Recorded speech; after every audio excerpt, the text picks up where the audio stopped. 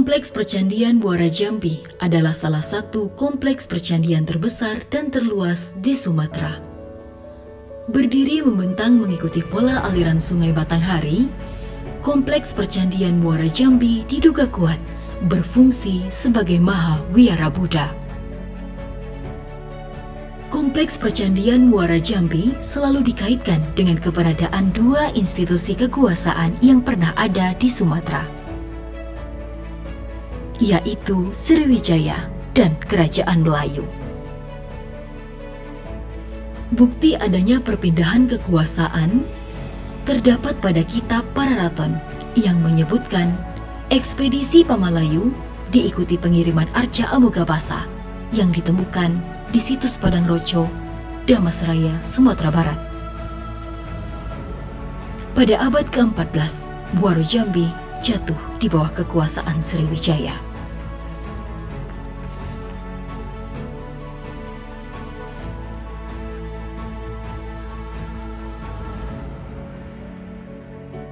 Itu melihat dari geografis kawasan, karena kawasan ini begitu luas, hampir 3.981 hektar. Nah, pemukiman ini berada di pinggiran Sungai Batanghari. Dan sampai hari ini pun karakter masyarakat Melayu ini pastilah menggantungkan hidup dengan sungai. Dan kalau kita hubungkan ke kawasan situs Percandian Muara Jambi, kalau kita lihat dari peradabannya, bahwa kawasan Candi Muara Jambi ini masuk pada fase Poso Melayu atau Melayu tua.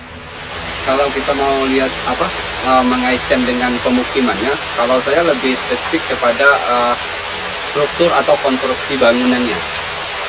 Nah, kalau kita melihat konstruksi bangunan dari pemukiman yang ada di sini, ini menggunakan tiang.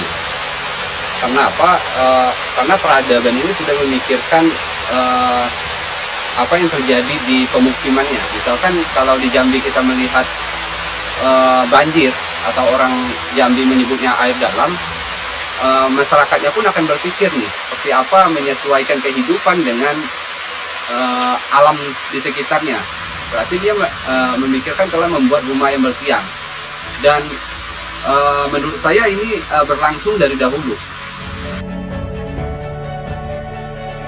Sungai Batanghari ini adalah salah satu jalur utama. Kalau sekarang bisa dibilang sebagai jalur jalan as ya. Nah, mungkin ada jalan-jalan setapak yang seperti anak-anak sungainya. Kalau di sungai kan ada bermacam nama, dari besar, kedalaman, bentuk kedalaman. Tadi ya seperti sungai yang besar disebutlah, kalau di sini namanya batang, sedikit kecil menjadi sungai, kecil lagi menjadi buluran, parit, hingga baluran. Nah, seperti itu. Nah, jalan tikus ini sebenarnya jalan pintas. Nah, bagi ketika air Sungai Batanghari mendalami debit yang tinggi, kecepatan arusnya bertambah. Nah, jadi untuk mengantisipasi rute ini tentunya memakai rute-rute yang kecil seperti Sungai Jambi, Sungai Berembang, Kualang. Kalau masyarakat Muara Jambi ini sangat dekat dengan candinya, dia bersentuhan langsung, dan aktivitasnya pun masyarakat misalkan berkebun, dan kebunnya berada di kawasan candi itu. Malah candi yang belum dieskavasi atau menapuh itu tepat berada di kebunnya. Jadi setiap hari masyarakat ya bersentuhan langsung dengan situsnya. Situs Muara Jambi di sebelah utara adalah rawa-rawa dan batas selatannya adalah Sungai Batanghari. Seluruh peninggalan ditemukan pada tanggul alam lama yang berada lebih dekat dengan aliran Sungai Batanghari. Pola pemukiman penduduk Muara Jambi kuno mempunyai corak linear yang mengikuti bentang alam tanggul yang ada. Peninggalan arkeologi berada di kawasan situs Muara Jambi berupa artefak, candi, menapo, kolam, alat-alat rumah tangga, dan benda keagamaan. Kalau melihat dari temuan, karena secara arkeologi kalau mau melihat pola kehidupan pada masa lalu, pastilah eh, temuan-temuan arkeologi yang diteliti. Nah, sampai hari ini kan kalau kita menitik beratkan di mana tempat tinggal, nah kita melihat ada indikasi di Candi Kedaton. Dengan luas areal Candi Kedaton sendiri hampir 5 hektar, terus di dalamnya terdapat sumur dan blok-blok ruang. Nah, ini diindikasikan bisa jadi ini tempat berkumpulnya, tempat tinggalnya. Iya. Dan kalau melihat ruang lingkup dari kawasan candi, ini pasti sama seperti kota atau pemukiman yang padat penduduk ya. Karena di setiap misalkan Candi Tinggi, Candi Gumpung ini berdekatan. Saya menggambarkannya ya masih ada juga blok atau lorong jalan ya. Dan di mana mereka menggantungkan hidup untuk bertani. Nah, di bagian belakang kawasan Candi Muara Jambi, karena posisi Candi Muara Jambi ini terletak di Tanggul Alam, bagian depan Sungai Batanghari yang lebih rendah dan di belakangnya rawa. Nah, mereka juga bertani. Dan ada nama-nama ya, penamaan lama ya, di misalkan Lubuk ya, atau Payo. Nah, ada Payo Terjun Gajah, ada Payo Terbakar, namanya di belakang ini, dan ini turun-menurun disebutkan. Dan dia mengaitkan misalkan Candi Muara Jambi memiliki kanal kan sebagai drainase atau zona penyangga dari kawasan ini, dan ini pun berhubungan dengan sawah ya, untuk pengairannya. Jadi teknologi atau ilmu pengetahuan tentang bagaimana tata kelola air ini juga dipelajari pada masa dahulu. Aksesnya di tahun 70-an sampai 90-an, jalur kecil ini masih digunakan. Namun ketika peradaban darat ini datang, nah tentu dulu rumah pemukiman itu menghadap ke sungai. Kalau sekarang kan karena ini udah prioritaskan ke jalan, jadi rumah ini berubahlah membelakangi sungai dan menghadap ke jalan. Kalau untuk kebudayaannya itu mempengaruhi, karena di tahun seperti abang lahir di tahun 90-an, kita juga masih merasakan orang berdagang di atas ketek dengan kiri kanan balok-balok di Batanghari, berdagang, berjualan kopi. Seperti sekarang kita di kafe-kafe berhenti, kalau dulu dia yang datang kepada kita, kopi atau gorengan atau seperti apa. Nah, dan sekarang masih dimanfaatkan seperti sawit atau kelapa, apapun rempah-rempah yang dari hilir. Kalau ingin menjual itu masih memanfaatkan jalur akses air. Nah, karena jalur air lebih tingkat keselamatan lebih aman, satu, yang kedua biaya itunya lebih mudah daripada di darat. Ya, kalau saya melihat dari pola hidup ya, itu hampir sama pada masa sekarang. Karena seperti kita bersekolah, ada yang sekolah kita dari rumah dan datang. Ada juga pola pesantren ya, nyantri gitu, dan harus tinggal di sekolahnya. Kalau melihat perkembangan secara budaya, mungkin ini kita analisis. Misalkan di candi, ketika di pugar Candi Gumpung, ini misalkan ditemukan mantra, terus ada priti jenazah di dalamnya, ada batu mulia. Nah, ini kan turun ke kebudayaan pada masa sekarang. Misalkan ingin membuat sebuah bangunan rumah, sebelum dinaikkan ke atas atap, masyarakat selalu memasang seperti tebu, terus pisang, bendera. Nah, kebudayaan ini tetap merunut pada itu.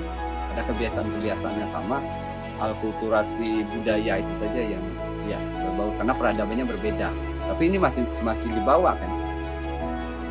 Nah, saya mengaitnya sampai sekarang, saya mengaitnya seperti itu. Misalkan kita Muslim membakar kemenyan, ya. Nah, di Buddha pun ada pembakaran dupa ya, dan fungsinya pun hampir sama. Ya.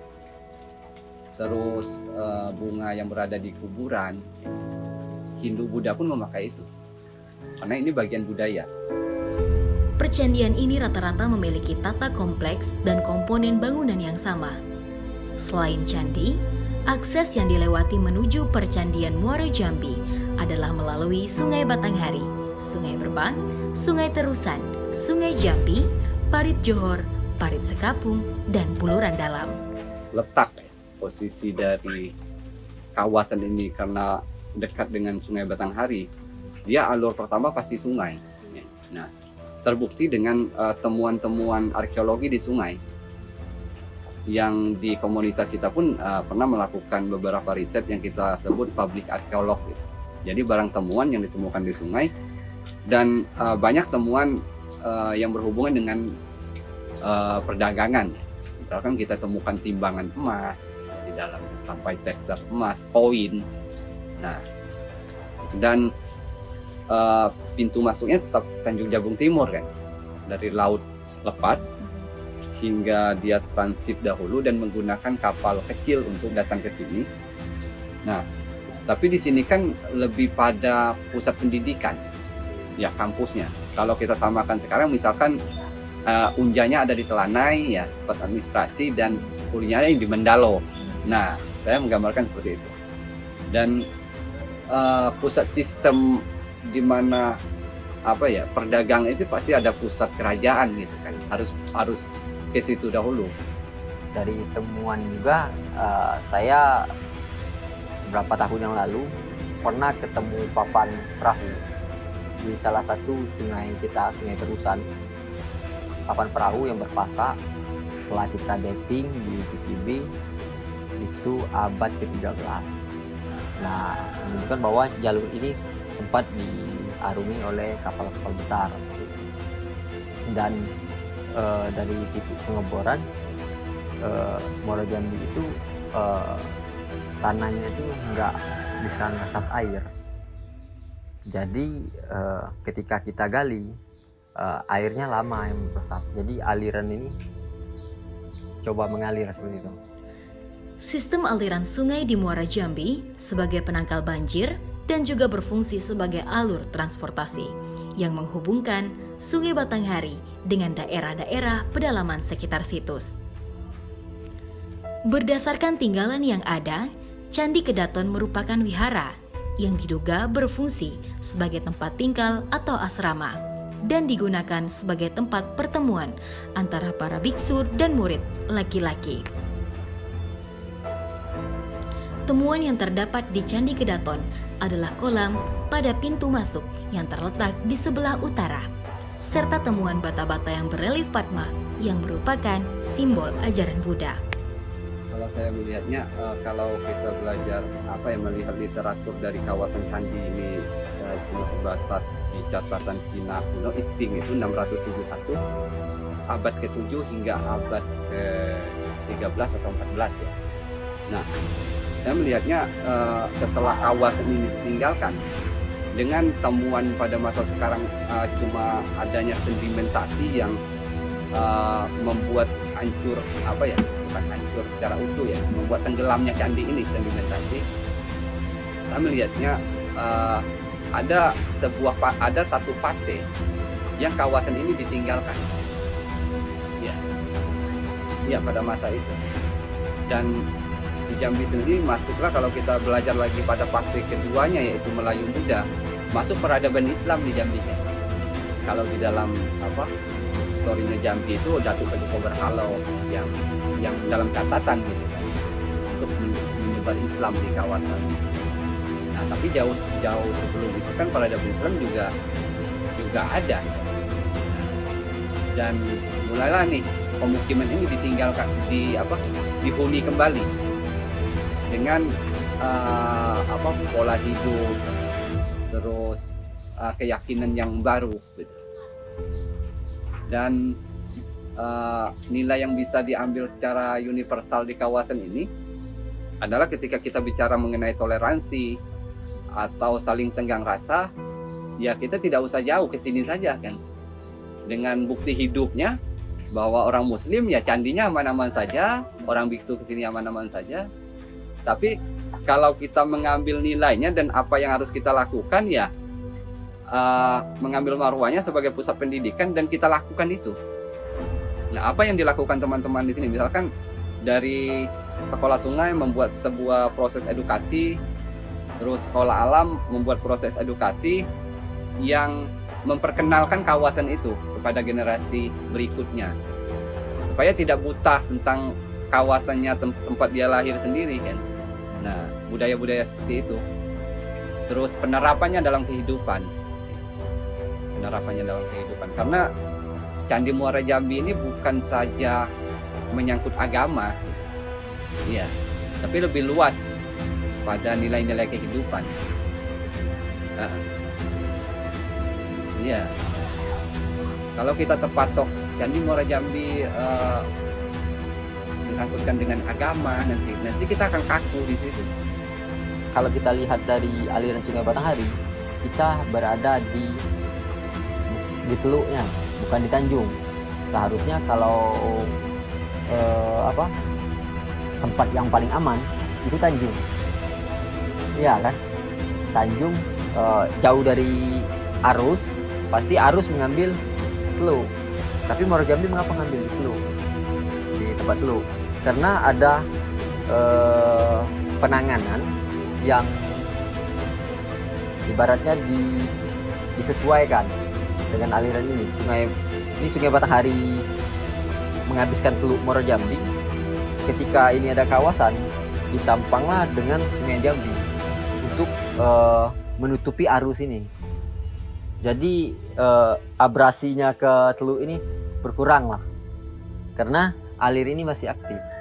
Nah, ketika sekarang Sungai Jambinya nggak aktif, tentu aliran ini lebih kencang, karena tidak ada lagi yang arus untuk menompang kawasan ini. Kanal ini kan sebutan baru. Kalau dikenal oleh datuk-datuk, nyai-nyai kita, masyarakat di sini kenalnya Sungai Jambi. Sungai Jambi, Sungai Melayu, seperti itu. Kalau di sini kan banyak identifikasi sendiri. Ini sungai seperti ini namanya Bencah, ini namanya Bunuran. Nah, jadi ini namanya Parit. Jadi sekarang disamaratakan, ini kanal. Di situs Percandian Muara Jambi terdapat kanal, parit, dan sungai-sungai kuno sebagai aksesibilitas menuju Percandian Muara Jambi. Sungai yang ada di Muara Jambi adalah Sungai Batanghari, Sungai Berembang, Sungai Terusan, dan Sungai Jambi. Dari sungai-sungai inilah melewati jaringan anak sungai yang lebih kecil yang disebut dengan kanal. Nama jaringan kanal dapat disebut dengan parit, di mana parit dinamakan sebagai parit Johor, parit Segapung, dan buluran dalam. Semua unsur yang ada di kawasan Muara Jambi merupakan satu kesatuan yang mendukung. Dengan fungsinya sebagai tempat peribadatan, membuat bangunan-bangunan di sini pada masanya merupakan bangunan yang megah, monumental, dan sakral.